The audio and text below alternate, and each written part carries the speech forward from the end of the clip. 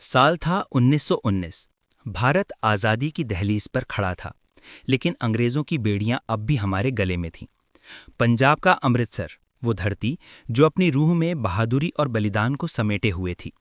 बैसाखी का दिन था, चारों तरफ रौनक थी। किसानों के लिए ये दिन फसल की खुशी का प्रतीक होता है, लेकिन उसी दिन वो धरती खून से लाल होने वाली थी। लोग जालियांवाला बाग में इकट्ठे हुए थे, कुछ ब्रिटिश सरकार के खिलाफ हो रहे काले कानून रॉलेट एक्ट का विरोध करने और कुछ सिर्फ अपने परिवार के साथ मेले की खुशी मनाने। बच्चों की हंसी, ढोल की आवाज़ें और उस भीड़ में एक उम्मीद थी कि शायद अब आज़ादी की हवा चलने वाली है। लेकिन उस भीड़ की मासूमियत को समझने वाला कोई नहीं था, क्योंकि उसी समय शहर में एक शैतानी योजना बन रही थी। ब्रिटिश अफसर जनरल डायर, एक ऐसा नाम जो आने वाले 100 सालों तक नफरत और क्रूरता का प्रतीक बन गया। वो मानता था कि हिंदुस्तानियों को डराकर ही काबू में रखा जा सकता है, और उस दिन वो अपने सैनिकों के साथ जालियांवाला बाग की ओर बढ़ चला। बाग का केवल एक ही मुख्य रास्ता था, बाकी दीवारें इतनी ऊंची कि कोई निकल ही ना सके। भीड़ अनजान थी, बच्चे खेल रहे थे और कुछ लोग मंच पर भाषण सुन रहे थे। तभी वो हुआ जो इतिहास में सबसे भयानक घटना के रूप में दर्ज हुआ। जनरल डायर ने बिना किसी चेतावनी के, बिना किसी आदेश के गोलियां चलाने का हुक्म दे दिया। अंग्रेज सिपाहियों ने मशीन गनों को दीवारों की ओर मोड़ दिया और बिना रुके गोलियां बरसाने लगे। गोलियों की आवाज़ ने आसमान को हिला दिया, चीखों ने हवा को जला दिया।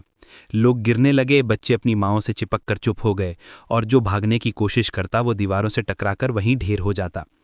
कुछ लोग बचने के लिए उस कुएं की ओर भागे जो बाग के बीचों बीच था, लेकिन वो कुआं आज़ादी का रास्ता नहीं, मौत का दरवाज़ा बन गया। जब बाद में कुएं से लाशें निकाली गईं तो गिनती 120 से ऊपर थी। सब भारतीय, सब बेगुनाह।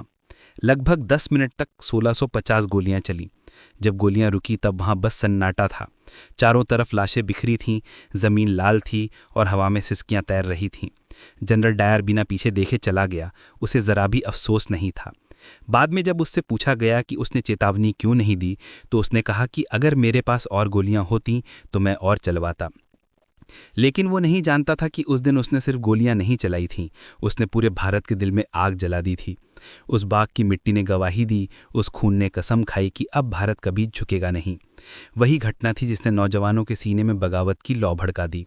भगत सिंह जैसे युवाओं ने उस दिन अखबार में वो खबर पढ़ी और तय कर लिया कि अब आज़ादी सिर्फ सपना नहीं, एक मकसद है जिसके लिए जान भी देनी पड़े तो मंजूर है। जालियांवाला बाग अब सिर्फ एक जगह नहीं रहा, वो भारत की आत्मा का जख्म बन गया। हर साल हजारों लोग वहां जाते हैं, उन गोलियों के निशान देखते हैं जो आज भी दीवारों पर हैं। वो कुआं अब भी वहीं है जिस पर लिखा है, यहाँ सैकड़ों निर्दोषों ने प्राण गंवाए।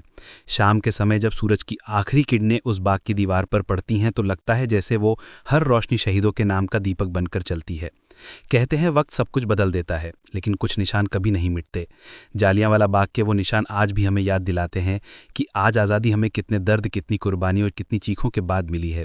जब भी कोई भारतीय उस जगह खड़ा होता है तो उसकी रूह कांप उठती है, क्योंकि वहाँ की हवा में अब भी वो सवाल गूंजता है, क्या तुमने हमें भुला दिया?